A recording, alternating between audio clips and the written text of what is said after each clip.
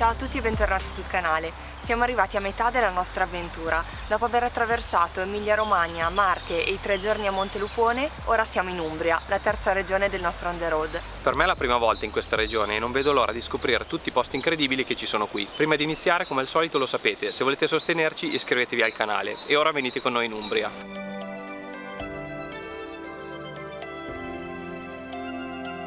L'Umbria è la 10ª regione di cui vi parliamo qui sul canale. Siamo arrivati esattamente a metà con il nostro progetto, chissà quanto ci metteremo ancora per raccontare tutte e 20 le regioni italiane.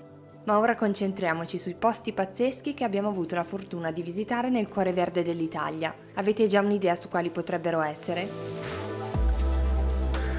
Iniziamo la nostra esplorazione da un luogo incantato, così tranquillo e pittoresco da essere stato di ispirazione per diversi poeti. Siamo alle fonti del Clitunno. Dopo aver pagato il biglietto d'ingresso da 3 euro, le prime cose che notiamo appena entrati sono il colore intenso del laghetto, che varia dall'azzurro al verde smeraldo, e l'incredibile varietà di piante presenti nel grande parco. Anche se è domenica ci sono davvero poche persone e il senso di pace che si respira è da sogno. Attraversiamo un ponticello per ammirare le sorgenti sotterranee che formano questo specchio d'acqua. Se avete bisogno di un luogo dove staccare la spina e fare una passeggiata in completo relax, le fonti del Clitunno sono il vostro posto. A circa 1 chilometro da qui visitate anche il Tempietto del Clitunno, edificio paleocristiano inserito nella lista dei patrimoni mondiali UNESCO. Venne costruito utilizzando probabilmente i resti di un più antico tempio pagano e i dettagli su tutti gli elementi architettonici sono ancora oggi perfettamente conservati. Si accede al cortile con un biglietto da 3 euro, noi però non abbiamo pagato perché come ogni prima domenica del mese tutti i musei e parchi archeologici statali sono gratuiti. Per concludere la giornata andiamo a Vallo di Nera, un borgo splendido che abbiamo scoperto un po' per caso e che ci ha davvero colpito. Eravamo letteralmente gli unici visitatori quel pomeriggio e ci siamo chiesti più volte il perché. Il paese è un piccolo gioiello che non ha nulla da invidiare ad altri luoghi più famosi. Le strette vie in salita, il panorama sulla verdissima vallata, le case con i mattoni a vista che ci piacciono tanto. È proprio il nostro genere di posto. La chiesa di Santa Maria è una meraviglia. Gli affreschi sono stati restaurati dopo il terribile terremoto del 2016, che aveva anche reso inagibile la struttura. Ma ora è aperta e visitabile in tutta la sua bellezza. Come prima zona dell'Umbria esplorata siamo già più che entusiasti.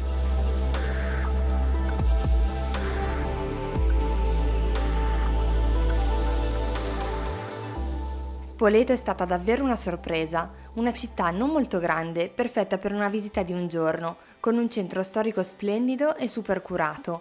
Per raggiungerlo vi consigliamo di usare il comodissimo sistema di ascensori e scale mobili che permettono di muoversi in centro gratuitamente, dai parcheggi fino alla Rocca Albornoziana. Da qui iniziamo con la nostra visita. Bellissima la passeggiata panoramica che gira tutto intorno alle mura della fortezza. In 10 minuti siamo proprio di fronte al Ponte delle Torri, alto più di 80 metri. Oggi purtroppo è chiuso al transito per lavori di restauro, ma anche solo osservandolo da qui si può capire la sua maestosità. Sempre con le scale mobili torniamo in centro e ci fermiamo per pranzo. In una bella osteria tipica proviamo gli strangozzi alla spoletina, sono buonissimi, assolutamente da assaggiare. Riprendiamo con la nostra esplorazione e passeggiamo tra le vie ricche di storia e fascino con negozi di artigianato e prodotti tipici. Non perdetevi la scalinata di Piazza Pianciani, un angolo meno conosciuto ma bellissimo secondo noi. Da qui in pochi minuti di cammino arriviamo in Piazza del Mercato, definita il salotto buono della città, dove spiccano la fontana con l'orologio e alcuni edifici decorati molto caratteristici. Un'altra breve camminata e ci troviamo in cima alla meravigliosa scalinata che porta al Duomo. Questo è forse lo scorcio più rappresentativo di Spoleto e ora che siamo qui dobbiamo dire che ne capiamo il motivo. È semplicemente stupendo. La cattedrale, anche solo all'esterno, è pazzesca, ma vi consigliamo ovviamente di visitarla anche all'interno per i suoi mosaici e decorazioni.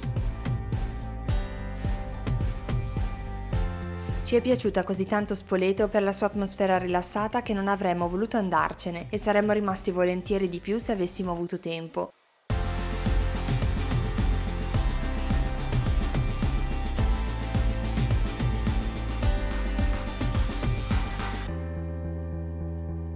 Spello è un borgo incantevole a circa 30 minuti da Perugia, sicuramente uno dei più belli che abbiamo avuto il piacere di visitare nel nostro viaggio.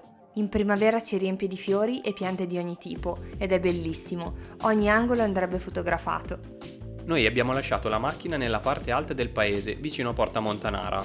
Poi abbiamo iniziato a passeggiare tra le meravigliose vie, super scenografiche e caratteristiche, fino ad arrivare al primo belvedere, vicino ad un arco e alla chiesa di San Severino. Da qui iniziamo a scendere un pochino e a camminare in discesa, fino alla Porta di Venere, una delle porte romane meglio conservate della città. Anche da qui la vista non è niente male. Imbocchiamo vicoli coloratissimi, dove sono parcheggiate ape car dai toni pastello in tinta con i fiori che decorano il paese. Ci sono macchine d'epoca e attraversiamo piccole piazze che sembrano un set cinematografico da quanto sono perfette.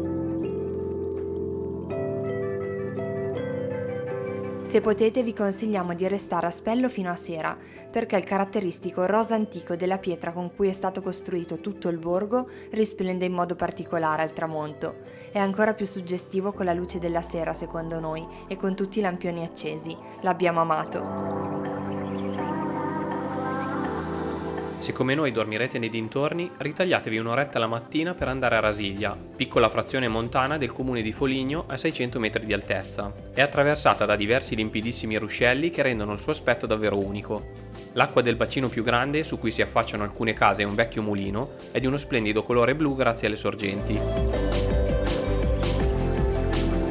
Le vie mantengono le caratteristiche tipiche del borgo medievale e pur essendo di modeste dimensioni è secondo noi un luogo da includere in un on the road in Umbria. Altro giorno, altro stupendo centro umbro. Ce ne sono così tanti in questa regione che è stato complicatissimo scegliere quali includere nel video. Oggi visitiamo Narni, proprio durante una rievocazione storica. Il borgo è tutto addobbato, con bandiere e stendardi colorati su ogni edificio. Ci sono bancarelle a tema in piazza e girando per le strette vie ci lasciamo avvolgere da questa atmosfera medievale, circondati dalle persone del posto e dai tanti altri turisti arrivati qui per l'occasione.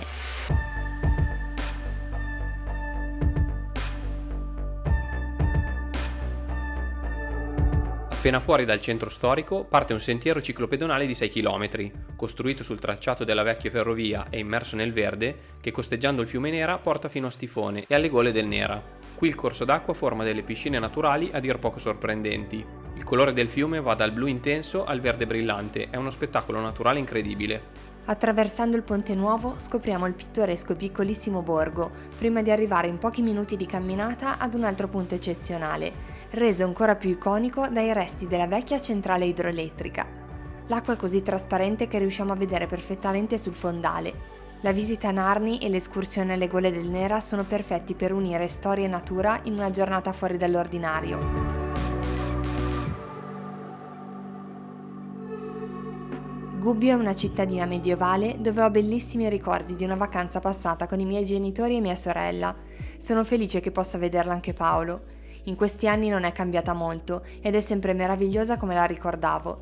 Lasciamo la macchina in piazza dei 40 Martiri e ci perdiamo per un po' tra le stradine. Ammiriamo le case in mattoni e pietra, tutte dello stesso splendido colore.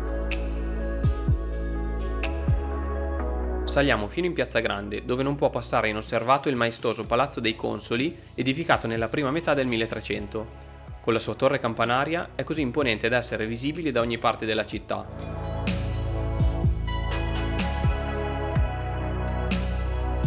Prendiamo un ascensore pubblico che ci porta in pochi secondi alla cattedrale dei Santi Mariano e Giacomo, proprio accanto al Palazzo Ducale. Da non perdere i giardini del palazzo, da cui si gode di una vista spettacolare, e poi sono così tranquilli, c'è anche un piccolo bar in cui poter fare una pausa relax. Torniamo verso Piazza Grande costeggiando le mura antiche e dopo una bella camminata ci troviamo davanti alla fontana del Bargello. Facendo 3 giri di corsa intorno alla fontana potete prendere la patente da matto. I negoziati qui intorno saranno felici di stamparvela e personalizzarla con il vostro nome, sicuramente un ricordo diverso dal solito da portare a casa con voi. Per pranzo proviamo la crescia di Gubbio, semplice ma buonissima. Dopo un ultimo giro nel labirinto di vie in discesa e salita, salutiamo questo borgo così speciale, ci mettiamo in macchina verso la prossima tappa di questo on the road qui in Umbria, tappa che vedrete nel prossimo video. In questi giorni abbiamo scoperto luoghi da fiaba, con colori che sembrano dipinti e una natura super rigogliosa che ci ha rigenerato. Questo lungo viaggio ci sta davvero regalando tantissimo.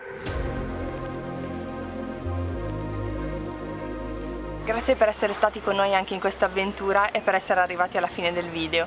Qui in Umbria abbiamo visto dei posti stupendi che ci sono piaciuti tantissimo, ma siamo sicuri che ce ne siano tantissimi che non siamo riusciti a vedere per mancanza di tempo, quindi non vediamo l'ora di leggere tutti i vostri commenti con i posti che ci consiglierete, magari che vedremo in un prossimo viaggio qui in Umbria. Noi siamo a metà del nostro viaggio e se ci seguite su Instagram e Telegram saprete già qual è la nostra prossima tappa. Per tutti gli altri che invece non lo sanno ancora, nel prossimo video vi porteremo a Perugia e dopo nell'ultima regione. Quindi se non volete perdervi le nostre prossime uscite, iscrivetevi al canale e attivate la campanella per ricevere una notifica quando i video saranno online. Ci vediamo settimana prossima direttamente da Perugia. Ciao! Ciao!